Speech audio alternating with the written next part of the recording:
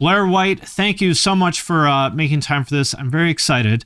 I will say the only time that I've ever lost subscribers for saying something in a video is when someone asked me what YouTubers I like, and I mentioned you, and I instantly lost a few hundred subs that day. Holy shit.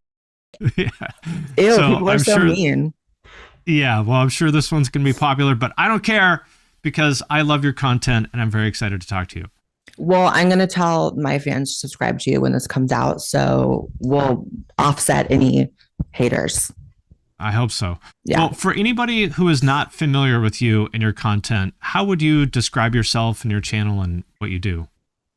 Oh, okay. So I am, I guess, a YouTuber first and foremost, but I feel like even just the word YouTuber has changed so much because now it's content gets termed into so many different things. But YouTuber, I have a YouTube channel with over 1 million subscribers. I have a podcast that I'm trying to grow currently that has a cute little 300K. And I guess rose to popularity through talking about trans issues from a perspective that people aren't used to quite hearing from a center-right political perspective. And I've also made a lot of videos about like my personal life. So and for anybody who's not aware, you are trans. Yeah. And a lot of my supporters are also very like invested in me as a person because I've done so many personal videos. So not a lifestyle YouTuber, but like my lifestyle is also part of it. So it's a big cluster F, but I do political commentary and it's a really wild world to be a part of. And I was just saying to you off camera, like I really enjoy when I get to do any podcasts that aren't like centered solely on that. Not that I'm not down to talk about that because I totally am, but like branching out a little bit always just feels so good. Well, I do have some questions about politics and all that kind of stuff, but the thing that I think I definitely discovered you through my wife. I think it was during the whole like James Charles thing. I forget, you were in someone's video talking about like I forgot about that. Bye, sister. I have no idea what he's even up to these days, but that's that's where I discovered you. And since then we just kind of went down the rabbit hole. We like your takes on political stuff, but what I thought was interesting is I don't remember when it was, but I was like, oh, she was an emo kid. Maybe it was like maybe you posted, it might've been when you posted about being at a dance camp and dance show or something like that. I don't remember, but tell us about that side of you for anybody who may not be familiar. And really quick, before we go any further, have you checked out my Patreon? Patrons get early access to all my main channel videos and my podcasts. I also do giveaways sometimes. For example, I just gave away a pair of these Eargasm earplugs. And if you want me to review your music, there's a way to do that as well. All you gotta do is join at the $10 and up level. Then every month I do a call for submissions. If you want me to review something, all you gotta do is drop it in the comments of that post. Then I will review it live on Twitch and post it on Patreon for everyone to see. So if that sounds cool, hit the link in the description of this video, and I appreciate your support. Yeah, so music was actually like a really big part of my life growing up, just as a fan, I'm not a musician or talented or inclined in that in any way. But, I grew up going to hardcore shows. I was a big fan of like post-hardcore and like all that fucking like mall emo shit, like MySpace shit that like seems to be the biggest thing for like 4 years and then disappeared. Although I still listen to it. It's still comfort food for me. It's not as if those bands aren't on my Spotify right now. And then also, it's been really interesting doing political commentary because what I've noticed is that the music industry is so obviously stifling of any political opinions that aren't in line with like mainstream narrative, even for bands that aren't mainstream or haven't achieved mainstream success. What I've noticed, which is so crazy. So it's like if you don't parrot basically the mainstream Democrat talking points, there's no room for you in the alternative music scene, which is bizarre to me. Yeah, which is crazy because, I think when people also a big like punk fan and like when people think of that entire world lifestyle genre, it doesn't necessarily go hand in hand, I think, with the perspective of like being stifling of free thought and all that. But what I've noticed simping for the president. Right. Like, Like that's punk now. right. Like, so I grew up and I definitely had like a against me, no effects, anti-flag phase. And like what's been really they're so entitled to their own opinions. And like, Yeah, of course. I run my mouth every day, and like the shit I say doesn't translate to so many people. And so it goes both ways. But like it's been interesting because like Laura Jane Grace is like the lead singer of Against Me, and she came out as trans. One of the first trans people I was aware of. Yeah. Her and Mina from Life of Agony were probably the two first trans people I ever was aware of. Right. Which is like when she came out, I thought it was so fucking cool. And it was right before I came out. So in some ways it kind of like helped me, not become trans, because you don't become trans by seeing another trans person, but, gave me a little bit of okay, other people are doing this, and an artist that I really enjoy is doing this. And a couple years back, she like retweeted something really disgusting about me, like hateful. And I was like, damn, that sucks. But I think that that's almost more of just like being a public figure thing. Yeah. And then, I went to an anti-flag show. What was it? Maybe like a year ago. Well, that's bold. Right. And they were doing like some, pro-vaccine rant on stage. And I'm just like, they have criticized Big Pharma before. And the idea that they're on board with medical tyranny, we don't have to get so deep into that in my own opinion, but I'm against it. And that was less than amazing to be around. But at the same time, I still enjoy all of their music and I still love them. And then you mentioned Dance Gavin Dance. Funny, for whatever reason, I became friends with like multiple people in that band. Unfortunately, the person I met all of them through was Tim, who died. And he was actually like a really good friend of mine. And I like Tillian, hung out with him a few times since then as well. So yeah, I'm kind of loosely involved in like that world, and people don't really know that because I don't have a lot of space to talk about that. But yeah. So who would you say, if you gave us like your top 5, 2000s post-hardcore, screamo, whatever bands, what's your top 5? Oh shit. Just know that whatever you say, A Day to Remember. Sorry. Whatever you say, people are going to say it's a terrible list and it's all wrong and you have awful taste. So you can't answer this question correctly. For sure. Top 5, I would say I'm going to rank it by like the bands that occupied sort of the most space around me, not necessarily like my playlist, but like my friends who were in that shit. A Day to Remember was obviously like a huge force in that little world. I would say Dance Gavin Dance. I mean, they still do so well now. And I'm not even saying that just because I, am friends with them. They still do so well. Maybe like Senses Fail. Okay. Fucking Paramore's not like post-hardcore. Close enough. It's all sort of relative. Yeah. What is that for? I mean, you can go more than 5 if you want. Yeah. Okay. Under Oath. Yeah. All those bands. I still love all of them, and they still are in my rotation. Got it. Well, that's one of the things I wanted to ask you about is, I mean, honestly, if I were you, I would be a little bit nervous to go to those shows, because people might literally actually attack you.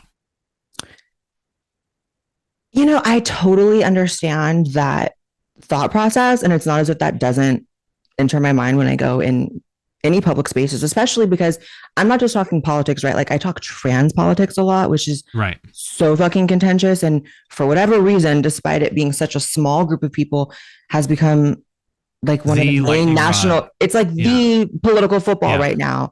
I think just maybe by virtue of it being 2023, and it's like, we're still a while away from, presidential election, but I don't know. But anyways, I have found that people are actually so kind to me.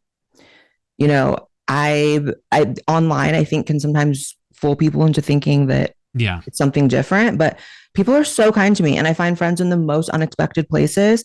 Not really at the anti-flag show, but right. in a lot of like adjacent spaces like that, I find a lot of people are very kind to me. And I think a lot of people even if they don't like the politics stuff in that world, maybe have, even though it's shallow, some level of respect just based on the fact that I'm like a trans woman. So it's all good. It's always all good. Yeah. Yeah, I think so too. You know, people have said this a million times, but it's correct that Twitter is not real life. Right. You know, the number of people who have a super strong opinion of you or me on Twitter is just, it's like a drop in the ocean. And the vast majority of people do not give a shit what you or I think about anything or even know that we exist. Yeah. And then there's also like, it's so based on which platform too, right? Because like if you look at YouTube comments, like my YouTube comments are so overwhelmingly positive, and it's not just, you know, my own videos. It's like when I do interviews and stuff. But then Twitter is just like fucking crazy. But you know, it is what it is. I totally know what I've signed up for. And also I've been doing this for 7 years. So I'm definitely, I was made for this. You know, I grew up fighting because I was like, I grew up in Northern California, which if people don't know, that's like, especially back in the mid 2000s, late 90s, that's Kansas. That's the Kansas of Fresno, today. is that right? No, I grew up in a town called Chico, California. Oh, Chico. Okay. Yeah. And that Close is like enough. sort of near Sacramento. Yeah. So yeah, Northern California, people who don't Not know. as bad as Fresno. No. Definitely not. And she's definitely not, you know, Stockton, although like I grew up going to the Bay Area, like a lot, especially as I got older. But so I grew up being like, is this going to be edited? Can I say a slur? Can I not say a slur? You can say whatever you want. I'll edit it out if you want. Okay. It's up to your discretion. I don't give a fuck. Okay. But like I grew up being the right. So like I was in this, you know, very, you know, religious, old school conservative area. And, you know, by the time I was 5 years old, I was getting called which is like, how do these kids even know that word, first of all? And like, what is that word? That was my whole thought process. And so I grew up getting fucking jumped, fighting, like, and I had like an innate sense of like everyone around me was somewhat an enemy, and which sounds like a psychotic way to grow up, because it was. But also, you know, I do think that that was so necessary to shaping the space I hold now in my career, which is one that's super contentious and one where people have very strong feelings about me. For whatever reason, even when I was a kid back then, very few people were like neutral on me. It was always like they had a very strong opinion, and that's how people are now, which I try to unpack sometimes. I'm like, man, I see so many political commentators that people have like somewhat neutral opinions on, you know what I mean? Even like a Ben Shapiro, it's like he's very hated, but at the same time, people don't necessarily lose their fucking minds over him like they would maybe like a Matt Walsh. People know.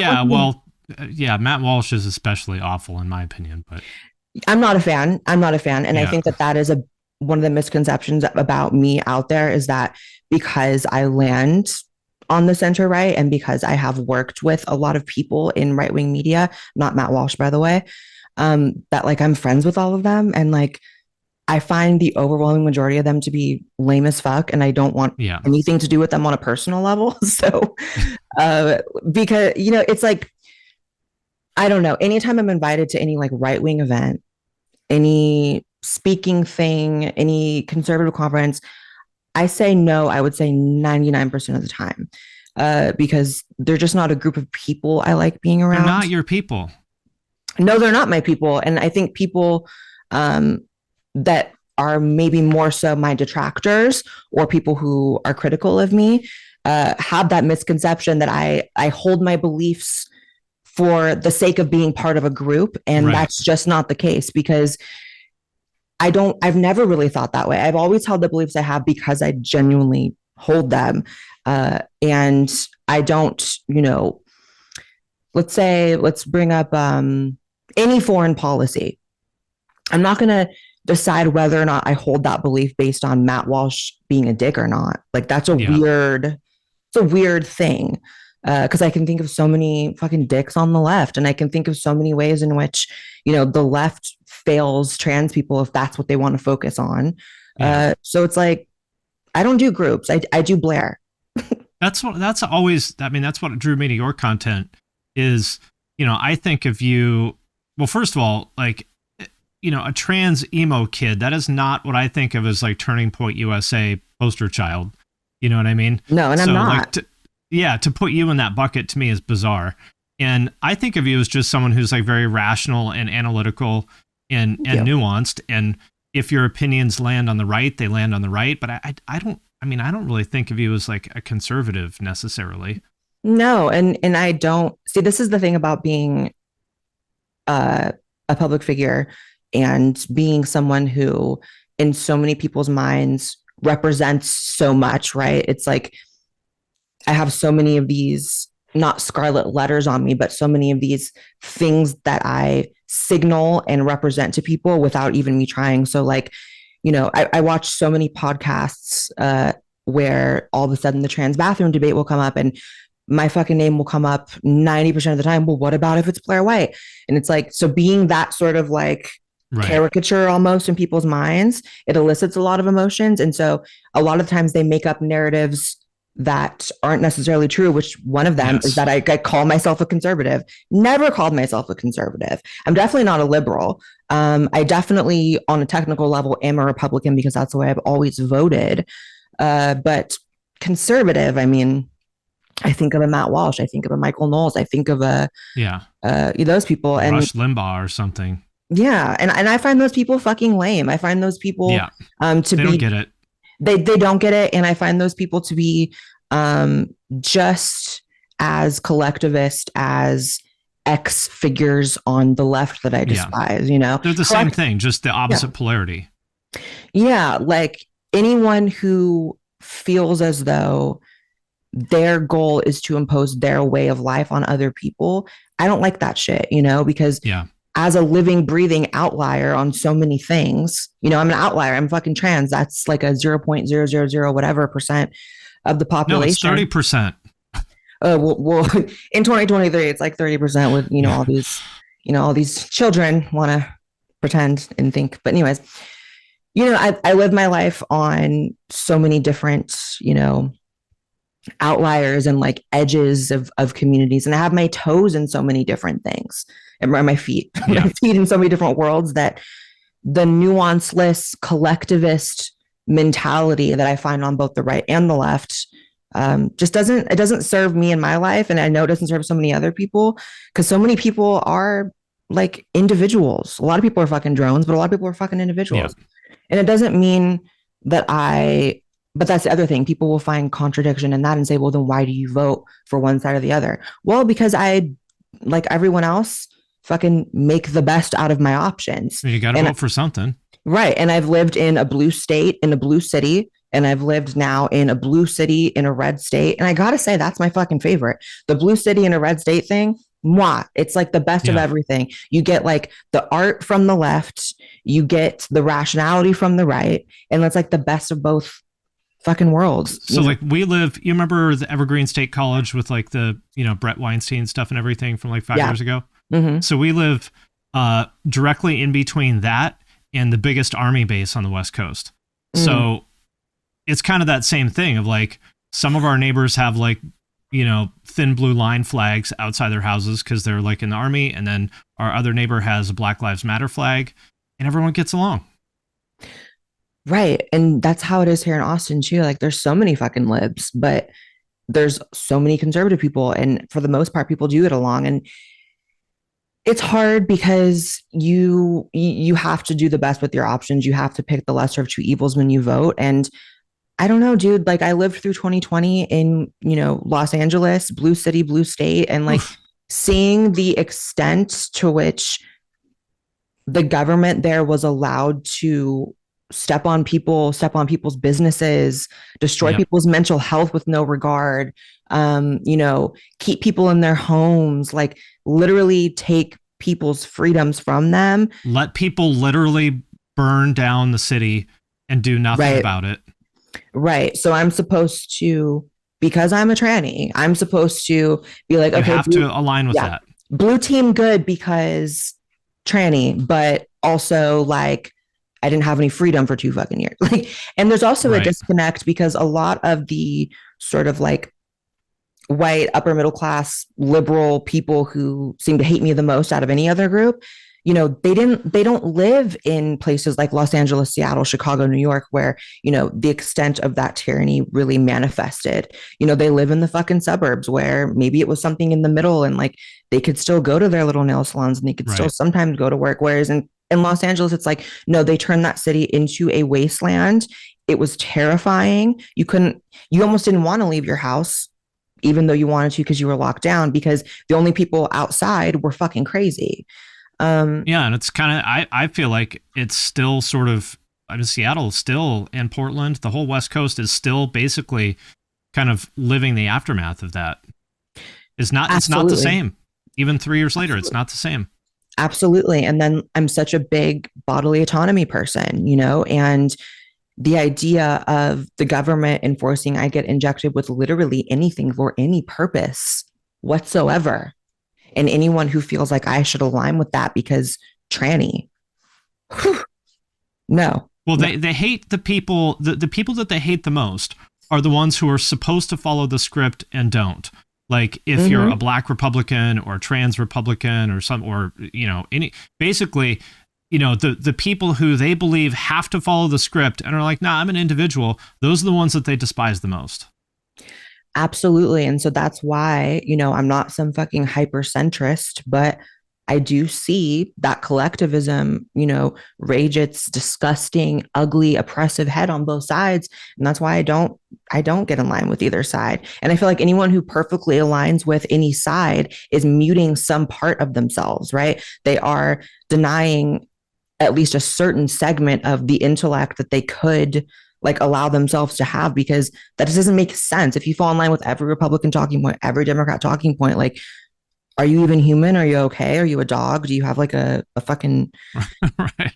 But I also know that most people really do only hold positions to put themselves into a group, to be part of a group, to have a community. And that's that tribe mentality that, has in some ways, in a lot of ways, allowed our species to even get to this point. So I get it. But I actively fight against it because it doesn't make sense for my life. It just doesn't. So you mentioned kind of coming up in that 2000s emo kind of era. And one of the interesting things I thought about that era is there were a lot of conservative Christians in the scene at that time. For example, Under Oath. I don't know if you've heard it, but on their very first album, they have a pro-life song. The one where they were deathcore. Yeah. And there was this band I loved called it was one of all that shit. Paramore was a Christian band. Yeah, they were. Yeah. Mm-hmm.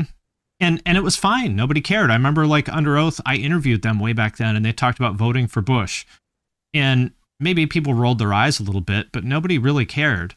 It felt like there was a lot more room for that.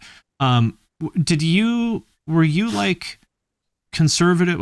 You know what I mean? Did you have the politics that you have back then, or is that something that came later? Tell me about that.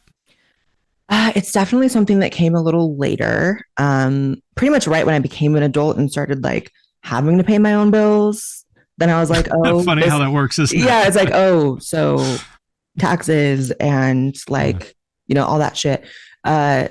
But as a teenager, I definitely I was super vegan. A lot of people, I've done some videos on that.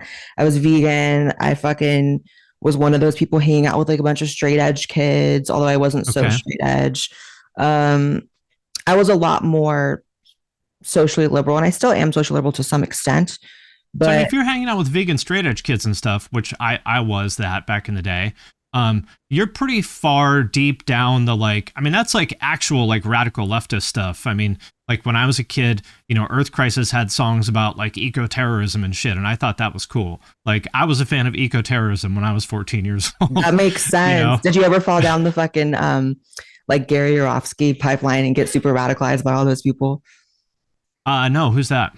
Oh, he's one of the more radical. I don't know if he's even still around, but during that era, he was a vegan. He would do little YouTube videos and encourage people to attack animal farms. Oh, I don't know him, but I was totally into that. I went to fur protests and had friends that got arrested for being part of those things and all that kind of stuff. So that's cool.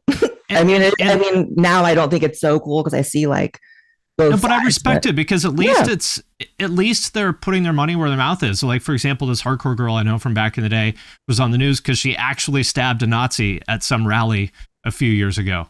Now, whether that is the best life choice for her is another conversation, but I respect that she's, there's all these punch a Nazi people that will never actually even be in the same fucking, county as a real Nazi. Well, yeah, I mean, I love anyone who just nuts up and does what the fuck they, talk about.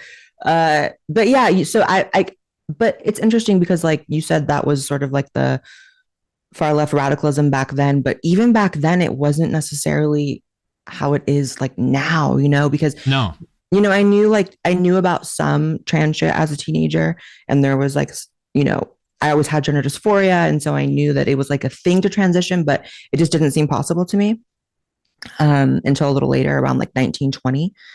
But even back then, like there was not a lot of these more radical notions about what that meant and what that encompassed, and I didn't have any, misconception that when I did transition, that meant I was going to be a woman. I thought it meant I would be a transsexual. And now to say that is akin to Nazism, which is fucking crazy.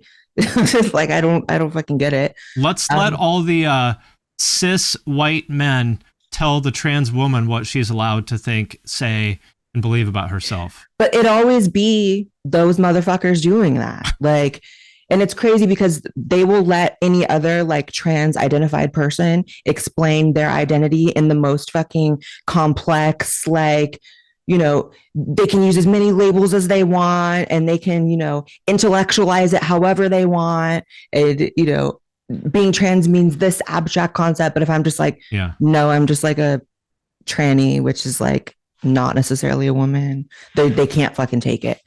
That means you hate trans people. Right. Or it means that I'm like trying to suck conservative dick or something. Right. And it's like, that's the other thing. People really are obsessed with this concept of like me having sex with all these like conservative influencers, which a lot have tried. But I don't do that. I'm sure. Yeah. So it is funny. And, there's also the narrative that like Blaire White's friends all hate her. And I always say, it's like, name names here, because I need you to explain to me who you think my friends are, because no, I haven't heard this one. So tell me, explain this. Yeah. So there's this idea, like I kind of said earlier, that like, I'm like kicking it with like Ben Shapiro and Matt Walsh and fucking like all these people. And so there's this narrative that like Blaire White, regurgitates their talking points in their politics, and they keep her around because she's useful, but they really fucking hate her, and they hate trans people on the shit. And like, I'm sure Ben Shapiro to a large extent does fucking hate trans people. I think he actually does. I think Ben Shapiro is an actual bigot. If you listen to the way he talks about trans people or black people, like I have no other explanation for it. I haven't heard much of the black shit, but he listen to the way he talks about like rap. Like anything involving like black culture, he's like, I hate when they do that shit. Music. You're just like, dude, that's some like serious like racist grandpa shit. I agree with that. I hate when they do the fucking rap black culture shit, because I think that there is like a fucking productive and intellectual way to critique toxic aspects of any culture. But when you start dipping into the art and it's like, dude, go fuck yourself. Like, I don't hate black people. I just hate everything they say and do. Yeah, I just hate everything they enjoy. She's one of the good ones. Right. Just everything they enjoy is what I hate. Yeah, exactly. Yeah, but he did some fuck shit the other day where it was right after the Nashville tragedy.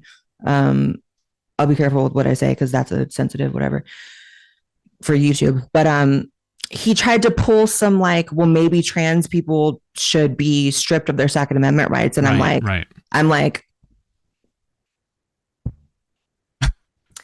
excuse me. So the man who has been anti-red flag laws for years, the man who purports to be this fucking conservative warrior, this fucking pro 2A motherfucker, is letting fear of a group of people strip him of his ability to see that he's compromising his principles that he supposedly has and defends so fiercely. And I'm just not fucking built that way. The same way that during COVID, like I wasn't willing to give up my fucking bodily autonomy and my freedom because I may have been scared, even during that brief period when we really did think it was like a virus that was going to like wipe out all of mankind. So when I see people like that, I'm like, oh, so you're a weak bitch. Like you let that emotion completely take you out of character. But, you know, so there are absolutely examples of people on the right who really just fucking hate trans people and don't fucking like trans people. And I think that people think I'm blind to that. And it's like, I don't know. I don't know why they think that. You know, I'm lying. I definitely know why they think that. They're definitely they want to invalidate you as an individual, and they want to make you into just this puppet that can't think for yourself. Well, there's that part of it, but then there's also, you know, there are a lot of people on the right that say a lot of shitty things about trans people that I don't necessarily feel an instinctual need to jump on them and attack them publicly unless it's something serious, like you're talking about taking away my Second Amendment. For people who don't know, I am now like a firearms collector. I have like, I think between 15 the famous and 20. pink AR. Yeah, I have a lot of pink guns. I have between 15 and 20 firearms now, and I'm just a big pro 2A person. But, you know, so when it gets into that territory, it's like, we got to fucking talk. I'm talking about taking away my rights, the rights I actually care about, then we got to talk. But, you know, there are people who paint trans people with all the fucking weird bathroom shit going on and all that shit and the trans kid stuff. And sometimes they don't do the best job of, you know, keeping it strictly about protecting children, and they bring adults who are not harming adults into it. And I don't necessarily always criticize them publicly because I feel as though the fight to protect children from the ways in which trans ideology is harming them takes precedent. And I don't want to, we can get to the point where I'm fucking talking about defending trans shit where maybe I would after we solve the kid thing, because that is a big problem for me, the kid stuff. There's also plenty of other people going after, you know, those people on the right for being transphobes. So it's like, do you need to also be voice number 10,001? Like, is that really going to make a difference? Right. And I think that it also, people have to understand my position. If I'm up here fighting all these conservatives all day who say something less than emotionally kind about trans people, or even myself, I really strip myself of my ability to go on these platforms and talk about the things that I feel like desperately need to be changed. I really do think the ways in which kids are getting caught up in this ideology, having sex changes underage, that is the biggest issue happening right now. And so we can get to the point of me educating them about, like, for example, let me just get into this. There was this episode of Timcast. And for people who don't know, I do consider Tim Pool a friend. I have worked with Tim so many times. I've been a guest on Tim's show. I just did an event with Tim, Alex Jones, Phil Labonte at the Vulcan in Austin. It was a sold out event. It was amazing. And so I am so thankful for the fact that Tim has consistently platformed me. He's grown my audience by putting me on his show. However, there was like this episode of Timcast where, you know, they were just going on and on about bathroom shit. And like, I was being used as an example, and fucking like, is it gay or is it not gay to fucking have sex with, you know, a trans woman? And like, you know, Tim's opinion, he just felt so justified and objective in it. He had no idea what he was talking about on so many of the aspects of it. And I'm just like, man, someday we're going to get to the point where I can publicly talk about these more nuanced issues. We just got to get the kids shit out of the way. And then I can fucking go on air and tell Tim Pool that, you know, how I feel about some of those other more shallow things. But I'm not going to get caught up in arguing about if it's gay or not to suck my dick when there's kids being abused. You know what I mean? Like, right. I can't. Yeah, we're kind of putting the cart before the horse. Well, right. I think, I don't know if you call it a debate, but your debate with Ben Shapiro, I thought was like one of the best moments in that whole conversation I have ever seen. I'm not sure if he's still like this. I think he is. But for anybody who's not familiar, at the time, at least, he was refusing to use pronouns for trans women in a way that I think was like very, rude and ignorant. Like, you're a man. I'm going to call you a man. And I thought you did just an amazing job of patiently sort of showing him and everyone else why he was wrong. And, he's a smart guy. I don't like him very much, but he's a smart guy. It's not easy to debate him. And you very clearly won that exchange. How do you feel about that moment looking back on it now? Yeah. So it's interesting, not that I need credit from people on the left or people who hate me, because I'll never get that. And I'm so comfortable with that. I'm not in this to be liked. I'm just in it to be me. But it's interesting how people don't necessarily bring moments like that up, because I've actually debated a few conservatives and fucking demolished them publicly. Yeah. And Ben Shapiro, that wasn't a demolished moment because it was more of a calm exchange, of course. But yeah, but that made it more of a demolishment. The fact that you weren't yelling and screaming, you were just like, well, let me just ask you a couple questions. Because I know how these people work. I know that the minute there is even a drop of emotion coming out of me, you lose in these conversations, for which they're often very emotional topics. And so my ability to turn that off, maybe some people give me some kind of fucking credit for that.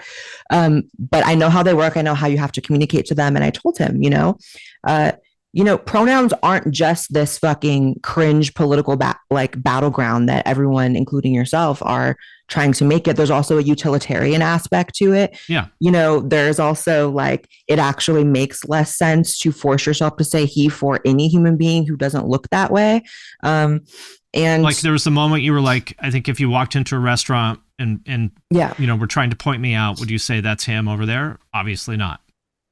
Right. And I knew that would get him because I know how real life works, because I really live my life as a real trans person. I don't go around getting called he. I don't go around with people, even these, like I said before, I declined doing a lot of conservative events and stuff, but the ones that I do, even the most staunch fucking wake up every day and tweet about trans shit until they go to sleep people ever say he for me. Imagine not being once. that person. There's a lot of them though, and it's really bad. Yeah. It's and even really, it would be insane to call you a man. It's ridiculous to say he. Nobody would do that. Right. And, I have no issue with talking about biology, with any of that shit. I am biologically male. That is the fucking point of being a trans woman. Right.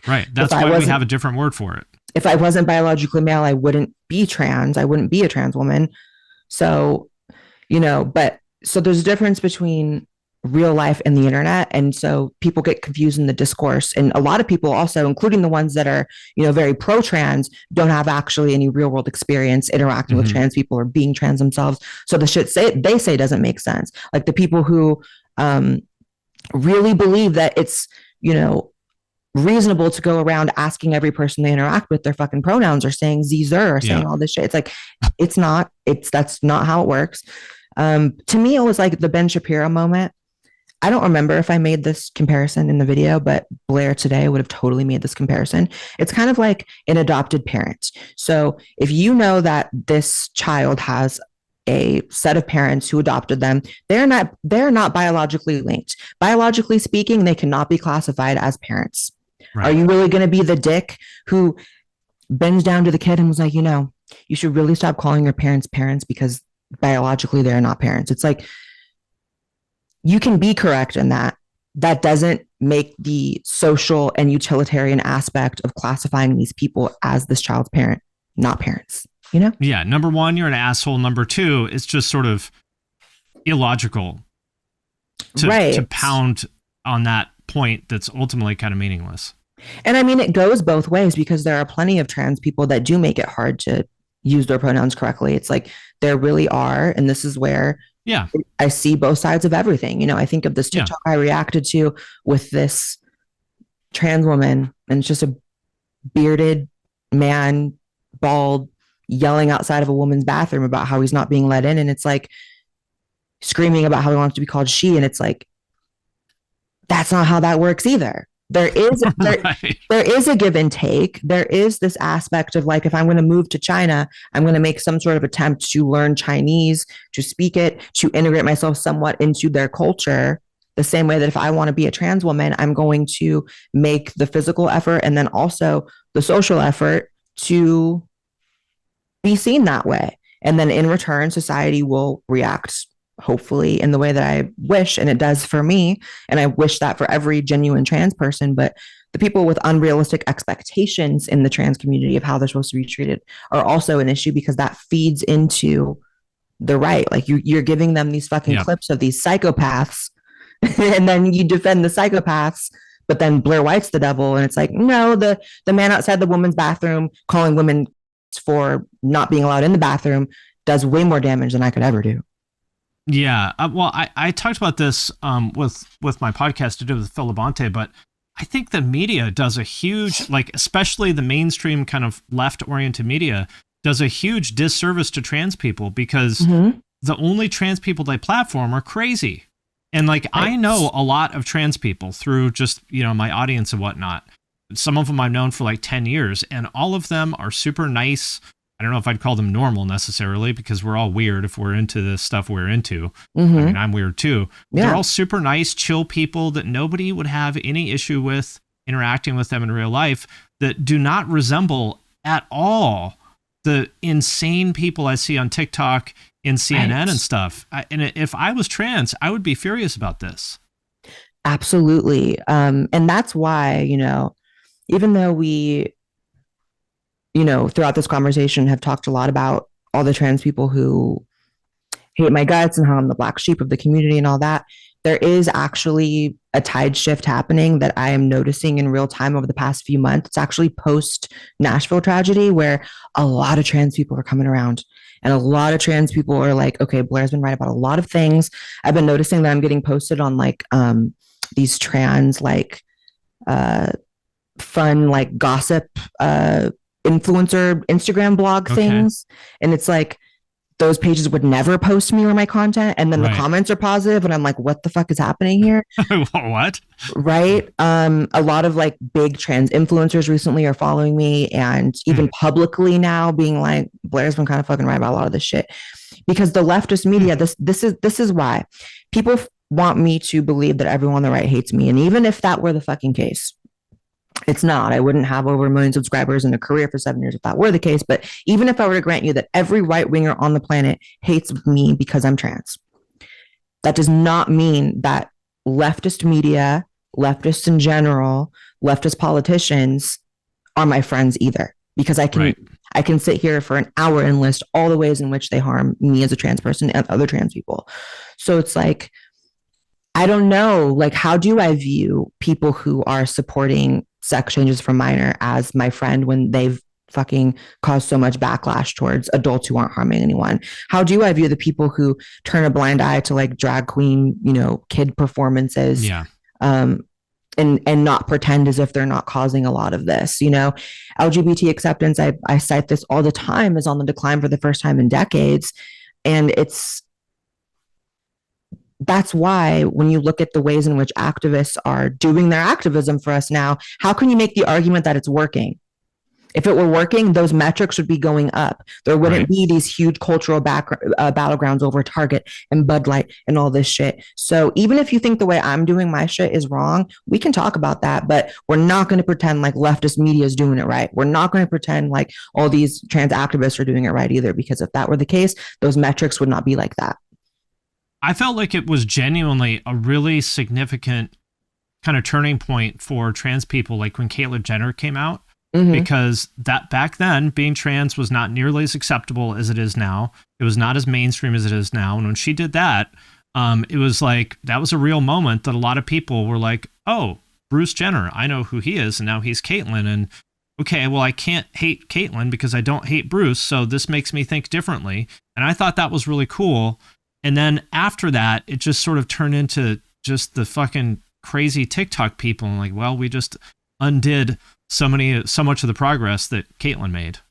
Yeah. And people don't understand, like, whenever you complain about something on TikTok, people sort of write it off like, really, you think like TikTok videos are like a big problem? It's like, why? Yeah, I do, because they're getting hundreds of millions of views. Why wouldn't I think that content coming out of a platform, the most popular platform on the planet about a certain group of people that happens to Right. be a very small one and also the center of almost every political conversation happening right now, how can I pretend like that's not shaping a narrative? Right. So, of course it is. Right. And so people get mad at me for, the ways in which I feel are proper ways of being trans, because I think there is a proper way to live as a trans person that optimizes the respect you get from other people. And I'm talking just general society, like strangers on the street. I'm not talking about sucking up to people or trying to earn favor of people. I'm talking just how to move through the world and not get jumped from a transphobe and not get fucking like sexually assaulted by a man. Like, I believe there are proper ways to do all that.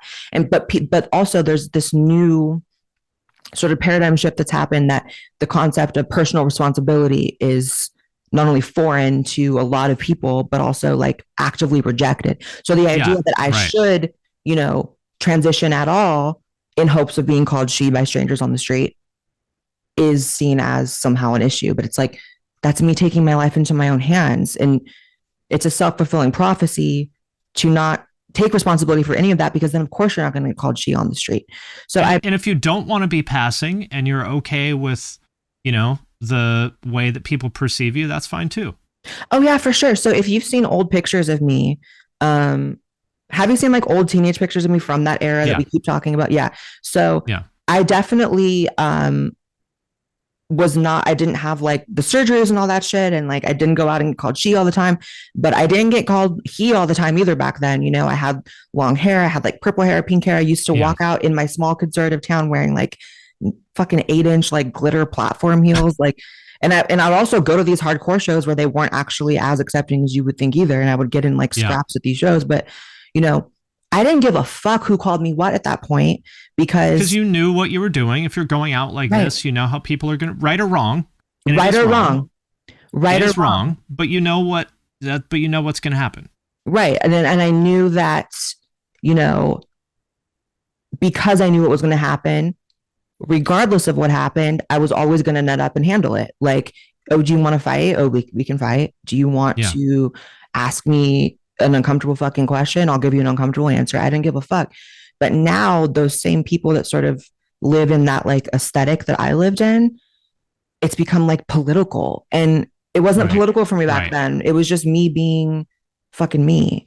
So it sucks, the landscape of where trans is right now is really, really ugly. And I don't even think trans activists would deny that the world was a lot more like accepting and friendly towards trans people when people just didn't know so much fucking about it. Like, there's just so much overexposure. And like, I see people that aren't trans on Twitter talking about shit to do with trans. I don't even know what they're talking about. Like really niche things having to do with the medication and the process and and I'm like, I didn't know that. It's just crazy. It's really odd to me. Like, I don't know why so many. I totally understand if a trans person or someone who's a family member of a trans person or whatever is that invested in it. Obviously, that makes sense to me. But I don't understand why so many cis people are so heavy on both sides, are so invested in this. Like, why do you care so much? Well, we'll separate it by political groups. So leftists who aren't trans are invested because the core of their ideology is to absorb groups of people that they believe are marginalized and fight for them and use them. It's and I'm not saying it. The white savior movement. Yeah. I'm not saying they do it in this noble way, because they have completely used and abused trans people for their political goals. So that's them. So they're invested because of that. And women and black people and every other one of these groups. Every other group. You're all just political pawns to them.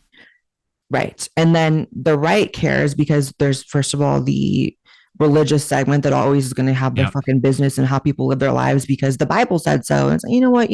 Okay, cool for your fucking Bible. And I am so glad. Not so cool for the rest of us. Right. And I am so glad that you have found something that brings you value and a way of life that you feel structures your day.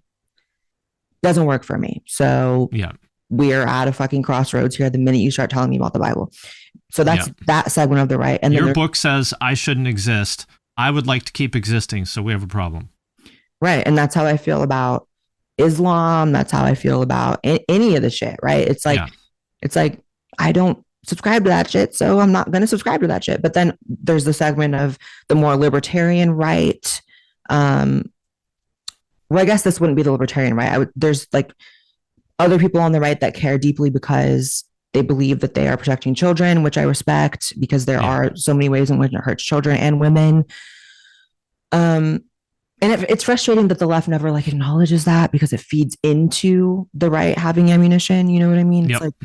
It's like, okay, we do have to have a conversation about how male rapists are being put in female prisons. We do have to have a conversation about how, you know, there's spas all over the country where women are seeing penises in the locker room. And if you actually care about the welfare of women, which you should, you know, you should be pushing back on these people who are just predators.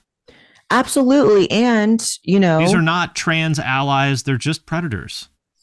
Right. And if I do say so myself, and I'm not trying to sound like I'm the fucking blueprint and I get everything right, because I'm a human being who's evolved in many ways over the years and course of my career. But if I have gotten one thing right, it is maximizing tolerance for trans people among conservatives. Absolutely. In the sense of, I wake up every day to an inundation of DMs, comments, and emails from people almost verbatim saying the exact same thing, which is this: I'm a conservative who lives in Kentucky, North Dakota, Arkansas, wherever the fuck. I've never met a trans person. I have only seen, you know, the online discourse about this, and I have been hateful, and that ends today because I found your channel and I discovered that trans people can have something in common with me. So, and because I acknowledge those excesses, I acknowledge that kids are being harmed by sex changes, I acknowledge that women's sports are being harmed, and they respect that. And people will call that pick me shit, but it's like, okay, but aren't you a pick me for pretending none of that is fucking happening so you can remain in good graces with your leftist circles? Because I'm thinking that's a form of being picked, right? Yep. If anything, I've alienated, you know, segments of both groups, so I'm in some ways less picked than you. I'm up here by my fucking self, a one bitch army, a one tranny army. And I'm cool with that because I'm an individual, like I said. But, you know, so if anything, I have provided a path and a layout for trans people to maximize acceptance among conservatives. And it's literally just as simple as saying, yeah, that is fucked up. We should find compromise on that. Like, you know, trans rights shouldn't actually impede on women's or children's rights. And it is possible to live in a world in which we have all of them and they don't stack on top of each other in ways that harm each other. It's not impossible. Like, here's a good example. When conservatives are talking about the bathroom shit, and, you know, how even someone like me shouldn't be in the fucking women's bathroom, I'm like, okay, you're stupid, because there's no statistical reality of trans women actually raping women in the bathroom. That's not a thing that happens statistically. Bathrooms simply are not battlegrounds for this. Locker rooms are different. Where people are nude, that is different. I think it is entirely inappropriate if I were to go and be naked from the bottom down in front of women. I think that is so disgusting. But it also sucks because where are you? I mean, you don't belong in the men's locker room either. And it sucks for people like you. There are not that many of you, and there isn't really a great place for you, and that sucks. Right. But also, like, it doesn't suck that bad, because if one of the few things that I sacrifice by living my authentic self and being me is that, like, I don't use locker rooms, it's like I'm so cool with that, because it's like I don't play sports, and, you know, I don't need to find myself in like necessarily a locker room. Like, I go to a spa here in Austin, and there are locker rooms that I legally could use, but I just use the bathroom area because I'm like, I don't want to make anyone ever feel uncomfortable. Not because they necessarily will clock me as trans, although I'm sure that happens, but also, like, I'm publicly known as a trans person, and I'm very known in Austin. So I don't want people to be uncomfortable. Yeah. And I don't want to be fucking uncomfortable. And I think in almost any situation, you know, if there wasn't a great place for you, you could just approach whatever, the person in charge, and be like, hey, just so you know, I'm trans, so I don't really feel, can we work something out for me? And they would say, sure, just, you know, use this area or whatever. I think the world is more accommodating than people, you know, may believe. Yeah. And also, like, not every lane is for you. I say that all the time. Sure. Like, being trans, it's like, it doesn't mean you have access to everywhere that you want or every lane, every room. And guess what? Women don't have access to every lane that I've had. There's been so many doors I have walked through simply because I'm trans. There's been so many fucking amazing experiences I've had and so many cool situations I've been in that were specifically because I was trans. And if I was born a woman, it simply wouldn't happen. So it's not as if it's just black and white thing. You know, this is maybe a little not specifically about me being trans, although in a way it is. So one of the biggest moments, to bring it back to music a little bit, before I kind of grew up and like entered like the post-hardcore, like punk, all that shit, I grew up with a metalhead mother who, like, I grew up on like so that's where it all started. Yeah, I grew up on like all that corny shit too, like all the progressive metal too, like just and I still love all that shit too. Like I still play like corny progressive, like European fucking. But anyways, back in December, I got a DM from someone in Judas Priest, which was one of the main bands I grew up on. Yeah, that's cool. And they were like, so I'm a fan. I want you to come to the show and like meet everyone. And like, that was such an otherworldly experience. Yeah. And I know so much that I'm famous because I'm trans. I wouldn't have been in that situation if I was not trans. So that's a bit of an offshoot, but at the same time, I look at specific things like that and I'm like, you know what? My life's actually fucking kind of cool because I'm trans. And I don't feel the need to put myself in places where I don't belong because there's so many places I do belong. Well, that's one of my favorite things about you is that you kind of pop up in all these like unexpected kind of bizarre places. And it makes me so happy every time because it's like the simulation glitching. Yeah. One of those was that Tom MacDonald video that you were in. How did I mean, I never thought I would see that. How did that happen and what was that like? It was fucking cool. So Tom is a good friend. So is his girlfriend Nova, and she works very closely with him on all the music. Like it's basically just them. And she for does the level a lot of the videos, right? Yeah, and it's so crazy because I know people are either super fans or not fans of him, and he's another very divisive person just by nature of his music as well. But whether you're a fan or not, you got to admit, for just to be just those two, the amount of success he's had and the quality of the content and the videos and the music, I'm like, they are fucking rock stars. It came about because they were fans of me and they were like, we think it'd be really cool to have you in this video and like not make it about you being trans, not make anything like that. Just like come be like the video girl in our fucking video and let's like blow some minds. And I'm like, let's do it. And I was like traveling at the time for a family member's wedding and I hopped on a plane and I just went and I filmed it super quickly. And I believe I was the first trans woman ever in a rap video. And we can split hairs and say, what's up? That we know of. Right. Someone could be concealing that or whatever. But the first openly trans woman in a rap video. And we can split hairs and say, well, it's a white rapper, it's a conservative rapper. I think that makes it even fucking cooler. Like, absolutely, it's hilarious. Like, what? Like, okay, so we're really getting into the fucking nitty gritty. And the crazy part is like that video has, I think, like over 20 million views, which is, I think that's probably easily the most viewed piece of content I've been in. And the majority of the people commenting have no idea I'm trans and just think I'm a hot bitch in the video. And that to me is like, that is the vehicle towards acceptance for people like me that I want to be a part of, where I'm just like living my life, doing my fucking thing, like being cool. That's the real shit to me. It's like, I don't. In a way, it's frustrating to me that you talk about trans stuff so much, and I understand why you do, because that's, people know any of us for one thing and they want you to keep talking about that thing. But, I just think you're an interesting person, and I get tired of hearing about trans stuff, not just from you, just from anybody. And I would love it if you would talk about more things, just that have nothing to do with politics at all. I really want to, and that's why I do my podcast, because I love sprinkling in, like I do an hour of just the news and reacting to stuff. And so I get to give my opinions on other stuff. And, that's been really rewarding for me because my main channel is super trans focused. And I get very frustrated with the topic because it's so heavy. But yeah, exactly. But there are so few people coming at the topic in the way that I do that I don't want to make myself seem like I feel like I'm more important than I am. But until there's like a bastion of trans people saying the shit I'm saying and doing shit in the way that I feel like is productive, I feel like I kind of fucking have to. And I would love to pass the fucking rhinestone princess tiara to the next trans bitch who comes up and wants to do the Blaire White thing in hopefully an even cooler way. Yeah. But until then, it's like, I don't know.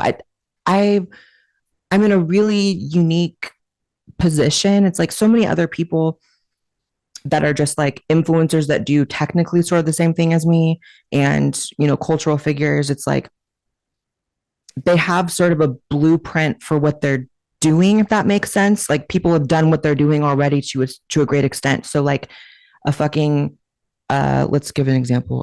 Who's like a So there's Tucker Carlson at the top, and then there's a bunch of people that want to do the Tucker Carlson thing. Yeah. Right? Like Dan Bongino or whoever. Yeah, you can go down the list, and there's B and there's C and there's D listers for all that. There's not a trajectory that's ever been played out really in history for like a right-wing trans woman doing what the fuck I'm doing. You can say Caitlyn, but like she transitioned at like fucking 70, 80 million years old. So it's like, is that really the same thing? It's a different deal. Yeah. It's a different deal. So like, she's more of like part of the Kardashian extended universe, which is its own whole thing.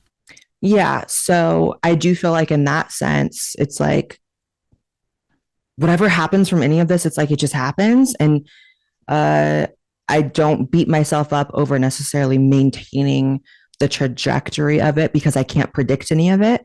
And then also, I do feel like, I don't care if people think I'm big-headed for this. I do feel like what I'm doing is fucking important because people would never expect these words to come out of my mouth. I fucking love trans people. I think real trans people are the coolest motherfuckers.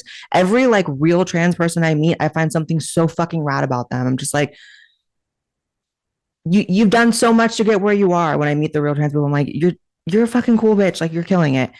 You know what? I do too. And I've never really said those words in that way, but I do too. I didn't know a single trans person until maybe 10 or 12 years ago. And through my content, I've met a lot of them, and they're fucking cool people. Every single one of them is really cool. A lot of them are weird, but they're really fucking like super nice, gentle people. And just like really, I love them. They're really cool people. And I'm like a huge advocate for trans people, not because of some identity politics type shit, but just because I've met all of them and I like them a lot. And because they're fucking people. And I have like so much respect for anyone who's just been through shit and has come on top of it, because the trans shit aside, I've been through a lot of shit in my fucking life. I'm a rape victim. I fucking, you know, like I said earlier, it's like I spent my whole childhood getting fucking jumped, getting called a faggot. Like every member of my immediate family is a drug addict. Like I've been through a lot of shit. Like my dad died when I was 19. We had a horrible relationship. So it's like, anytime I recognize that ability to overcome something and just be yourself, I'm like, that's a cool person. And so people think I'm so transphobic, and it's like, actually, I'm out here genuinely fighting for trans acceptance. I'm just doing it in a way that may seem foreign to you, but that is my fucking goal. Truly, I stand with real transsexuals, and the goal of all my content is to not normalize them in a sense a leftist would say, because we're not normal. We're fucking freaks, and that's actually cool. Normalize them. Right. Like just being in a fucking music video and it not mention that I'm trans and have a conservative audience like that. Or even just being a right-wing commentator as a trans person. That is just being a person, you know? Yeah. Well, another one of my favorite, maybe the ultimate like Blaire White simulation glitch was the podcast. Well, aside from hanging out with Jake Shields, which was weird because I've been an MMA and jiu-jitsu fan forever. I'm like Blaire White and Jake Shields. Okay, never thought I'd see that. But the podcast with Tim Pool, Alex Jones, and Joe Rogan. Yeah. I like looking at some of the like the screenshots of that. I almost felt like you were a little bit of like deer in the headlights of like, what have I gotten myself into? Tell me about that experience. Oh yeah, that was okay. So I had just moved to Austin, Texas at that point, and I moved from Hollywood, and I was still under this like mindset of like, if you're a content creator, this is a stupid false mindset, but if you're a content creator, it's like you have to be in like LA to like have opportunities and go to certain events and be around certain people. And I was kind of panicking about having moved to Austin because I'm like, what the fuck did I do just moving to Texas? It's like I've been in California my whole life, born and raised. What am I doing? And so I was feeling like very like, who are my people here? Do I have friends? Do I have whatever? And then the RV stream happened, and I had known Joe through the internet for years, like just kind of casual internet friends, and he always was a supporter. I had known Alex. I had done his show I had done his show one time, like at the very beginning of my career, and then I met Michael Malice, and he's my best friend now. And it was just this very surreal, like, okay, I think I found like some fucking momentum here in Texas and like a group of people that seem cool. And you know what's crazy is like people assume the worst about Joe Rogan and the worst about Alex Jones. And they assume that they really are transphobic. And it's like, that's been a big lesson for me, understanding the difference between media perception of individuals and real life. You know, Joe Rogan has multiple times on his podcast when I wasn't even on, defended me very publicly, very loudly, said specifically, conservatives who think trans people aren't real should listen to Blaire White. Alex Jones. Joe Rogan platformed trans people years and years and years before that was cool. He had Buck Angel on very early on in his and podcast. There's that one Navy SEAL, I forget their name. I don't know. But yeah, but he, you know, and then, you know, Alex, the other day, Alex Jones, this clip is on my Twitter, went on like a fucking 20-minute rant about how he doesn't care if conservatives think that he's hypocritical for liking me, that I'm a good person and all this shit, and was calling me she and all this stuff, which people assume he never would. And it's like, you know, these people are a lot older than me and live very different lives out here in Austin. But whenever we intersect, it's always just really fun. And it's interesting to sort of be grouped in with people that the public perception of them is just so wildly off, and you see them and it's like, wow, you know, Roseanne's another one, you know, Roseanne's fucking awesome. She's the coolest person. And the fact that the media railroaded her and really tried to like ruin her fucking life is crazy. But I think that these people, even though I'm obviously in terms of like notoriety or fame or whatever, like a fucking level 1 to their like 12, I think that they recognize that the real me and the public perception of me is very similar to the situation they have, which is that it's just wildly different. And so they get it, you know? It felt like a rare situation where you are the quietest personality in the room. The energy just seemed, it's crazy. Because you know what it was? I was literally thinking in real time. And this is how you know, like the trans people who think that I just don't care about normalizing or promoting acceptance of trans people, like listen to this little talk I had in my head as I'm sitting in between Alex Jones, Joe Rogan, Michael Malice Temple, and they're all screaming and yelling and whatever. Yeah. I'm thinking, you know what? No other trans person perhaps on the planet, not even perhaps, I'll say it, I don't care who gets mad at me. There's not one other trans woman on the planet who could be sitting here right now and that would be let in this room and that would be able and would find it in themselves to even want to be in this room because they're all so scared of all these people around me that like I have fucking won and made a case for trans people by just sitting here and looking cute. So they can scream around me and I'm just going to sit and I'm just going to make funny faces and I'm just going to be fucking me. And I already like won. So I didn't feel the need to scream over them because I was like, I don't really know much about a fucking depopulation plan that they keep screaming about. So I'm not going to interject. And the fact that I'm just a fucking tranny sitting here is doing a lot, in my opinion. I totally agree. And like, it was such a win. I watched the Reddit comments on that and a ton of them were like, who's that hot girl they had on the show? And people were like, oh, that's Blaire White. She's trans. And they were like, oh, just kind of not expecting that. And like, just that small exchange right there of them having that moment in their head of like, oh, this is a trans person that like didn't beat me over the head with the fact that they were trans from like the first moment. Right. I and think that even people just that. and that people that they admire are not only comfortable being around, but are clearly friends. Like, Yeah. you know, it's not as if I was just planted in there, because there's also the narrative that I get used in those situations. And it's like, Joe Rogan doesn't need to use me for shit. No. Alex No. Jones doesn't even need to use me for shit. Although I will say, I think that I have done kind of a lot for Alex. Not that I am owed anything by him, but, you know, I think that he gets treated like such a pariah. And then, you know, I put him on my channel, on my podcast, and those videos did so well. And I think that I've kind of helped keep him in the ether of like somewhat safe on the internet, to not just be a complete, I don't know, underground, like hated figure. But Yeah. none of those people need to use me for anything, you know? So the fact that these people who maybe like these people and are transphobic themselves, speaking of the fans, see that the people they idolize and love so much want to have a trans person around them, I think matters. So that's real trans representation. I mean, what should I be doing? Should I just be having fucking conversations with people who already agree with me that already like love trans people and support trans people? Or should I be sitting in rooms with people who at least publicly are seen as not friendly towards me? It's a no-brainer for me. My favorite Reddit comment though on that one, there was a picture of like you and Joe, and I think Michael Malice, I don't remember who it was, but definitely you and Joe and one other person. And the comment was, Blaire White is the tallest dude in that room. Right.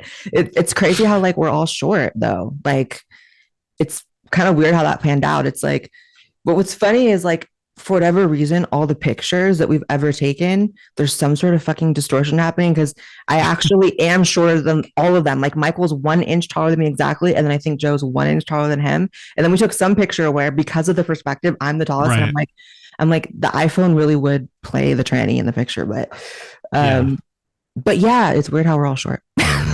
Well, last question I have for you. Right. We'll play a little game of F, Marry, Kill. Oh, great. The scene edition. So F, Marry, Kill. Let's go with Pete Wentz, Ronnie Radke, circa Escape the Fate, like Situations era Ronnie Radke, and Tillian. F, Marry, Kill.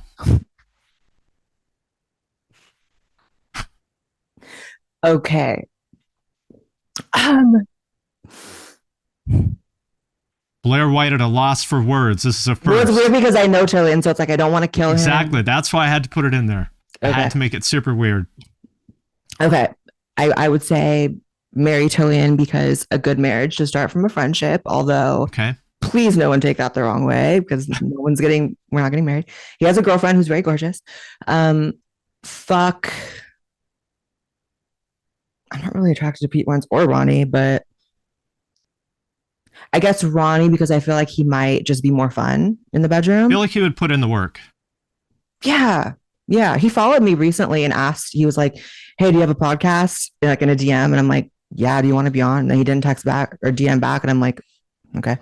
And I like what he's doing, by the way, recently. Like, I'm not tuned into all the music he makes, but he put out one video recently. It was like Watch the World Burn or something. And I was like, this is an epic fucking video.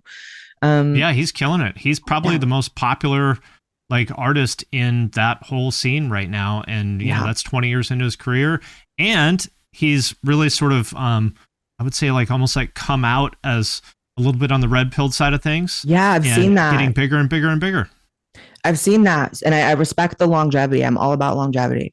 And then I guess kill Pete Wentz, because I don't know. I was never a huge. I mean, you got to kill. That's the way the game works. And I was never a huge Fall Out Boy fan. I mean, I respect the bangers, but I was never like listening to every album, you know. All right. Well, there we have it. Well, Blaire, thank you so much for joining me. Really appreciate this. And see you in the next video.